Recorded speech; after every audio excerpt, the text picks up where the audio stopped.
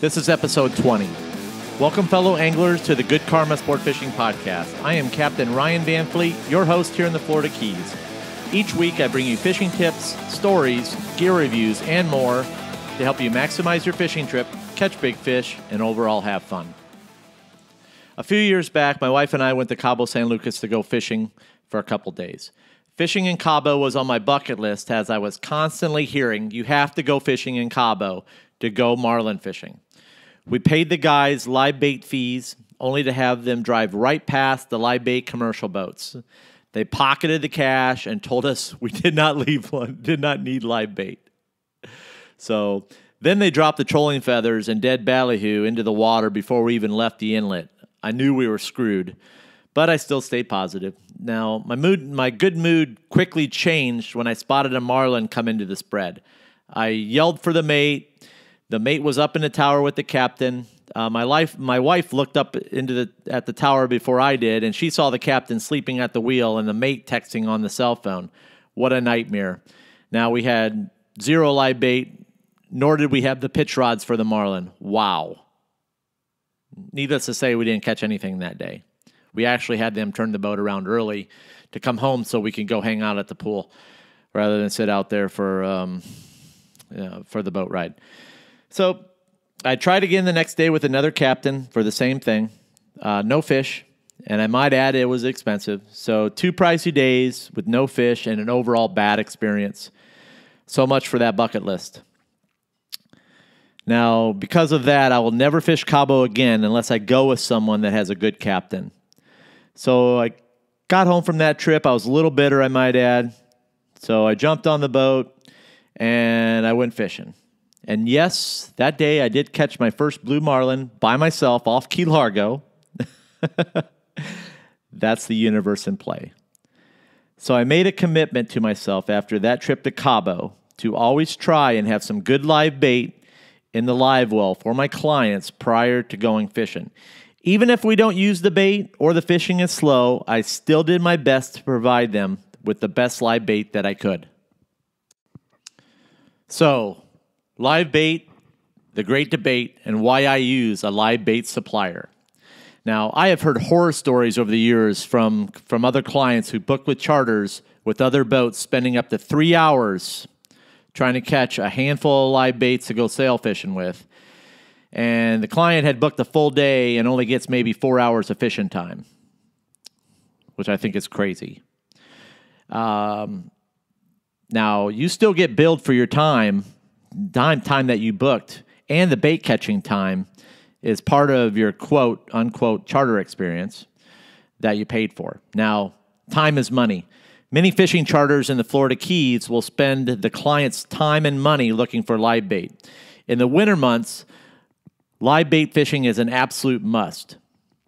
Now, you can get away with doing some trolling on a flat calm day when it's warm and the wind's out of the southeast, but in the winter, those days are few and far between. Not to mention, winter brings a lot of dead bay grass that gets flushed out with the tides. Now, good luck trolling through that stuff. Been there, done that. Now, through the month of December and early January, you can still get away with doing some dolphin trolling and some wahoo trolling with dead baits.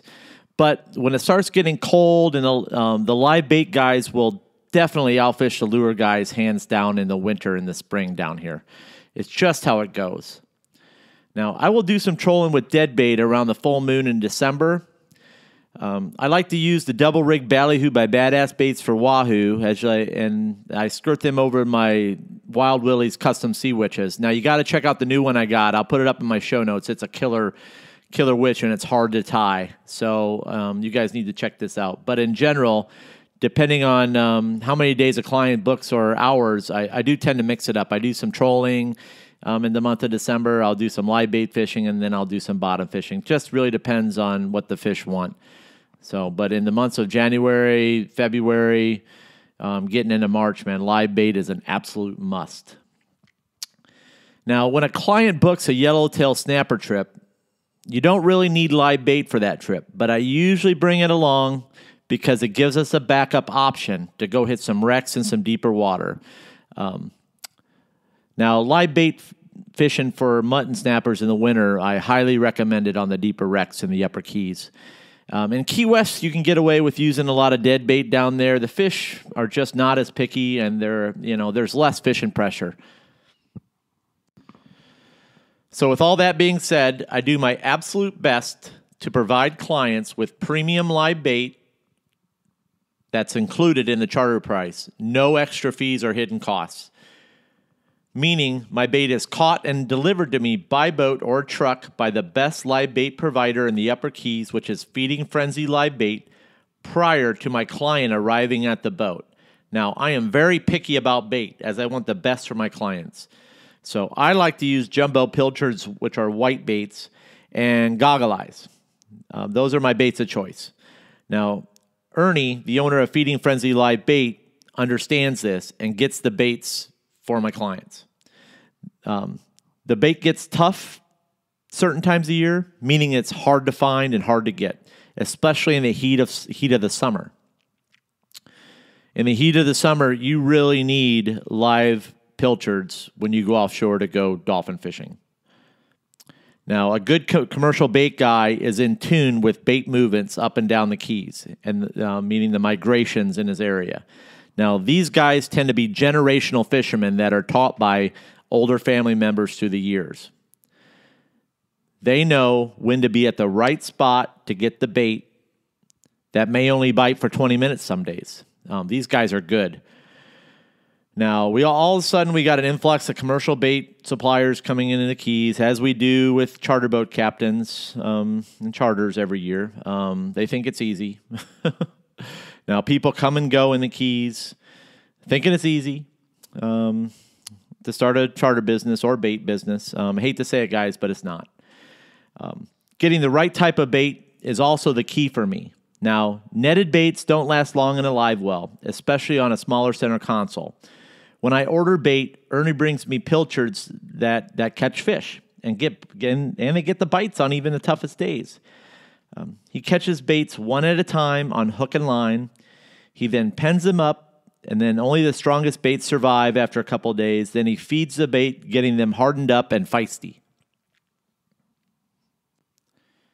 Now, live bait is going to get you a visual bite and get you a trophy-sized fish on extremely light gear, making your experience 10 times more fun. I still remember to this day the first 60-pound wahoo come skyrocketing out of the water and eat a goggle eye. It was just a sight that I'll never forget. It's very addicting. When that happened, I never looked back. It's just unbelievable. So you've seen it on YouTube, but when you see it in person with your own eyes, guys, it's nothing. It's something that you'll never forget, and you're always going to want to see it again. Which is it's an addiction. It's definitely an addiction. So, not to mention, you have a better chance of landing a giant fish on lightweight gear than you do heavy tackle. You tend to pull a lot of hooks when you're using heavy gear, so you have to. I really love using the lightweight rods and small reels. So for me, if I were to catch the live bait, it would require more time and more money spent. Hours on my engine, more chum, more equipment, and less time working on focusing on catching my client's fish. Now, live bait is also essential, especially when you're dolphin fishing offshore in the summer with 100 boats around you on a Saturday. Now, my standard program is to troll for big dolphin until I hit a school of fish or find debris. Then I pull out the trolling lures, and then out comes the spinning rods baited with live pilchards. It's nonstop action, and you're begging for a break after an hour of catching fish. It's crazy fun, pure adrenaline, and organized chaos. It's so funny to hear people say they hate live bait fishing or dolphin will eat anything, or give me a hard time about buying bait. I used to have deep conversations with these guys, but now I just smile and say, yep, and go about my business. At the end of the day, I see the same guy that gave me a hard time cleaning his boat, and he's all pissed off because the schools of dolphin he found that day had full moon lockjaw and would not eat his dead squid or fresh bonito.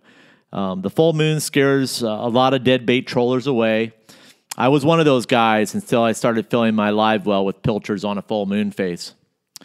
Now, if you don't believe me, wait till that day you have a 50-pound dolphin swim up to your prop after you've spent hours looking for fish. And you give him all your nice dead bait offerings, and he turns up his nose at every one of them.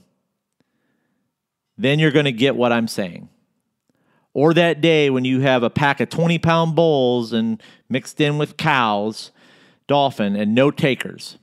And the guy with the pilchard swings in on the same debris and crushes the fish that you're trying to catch, leaving you empty-handed only with those small school-sized fish. Been there, done that. Then I was that guy getting left behind with the small fish. Never again. Listen, you just spent a ton of money and time to find the debris. Money on gas, tackle, hotels, and this guy comes in and he has the pilchards and he spent an extra $100 for the trip and he crushes the fish. And you're going home empty-handed. Just saying. Now, I hope you guys liked my thoughts and tips this week on live bait. I will put Ernie's Feeding Frenzy live bait info in my show notes. If you're ever in the Upper Keys fishing, he is a great guy. He works super hard. And then I'm also going to put Wild Willie's new lure photo in my show notes as well, along with Badass Baits information. More great guys, and so grateful to know them all. Guys, these guys don't sponsor me. These are just products I support and services that I use, so I just want to let you guys know that.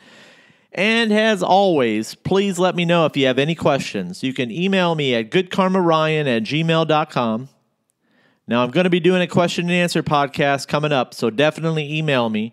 You can also find me on Facebook at Good Karma Fishing Charters and Instagram at Good Karma Sport Fishing _FL_Keys. And please also share this podcast with a fellow angler and check out my website, goodkarmasportfishing.com, and sign up for my monthly newsletter. I aim to provide you with fishing tips and information so you can make the best out of your time fishing. Thanks for listening, and remember, anytime you're fishing, it's all good.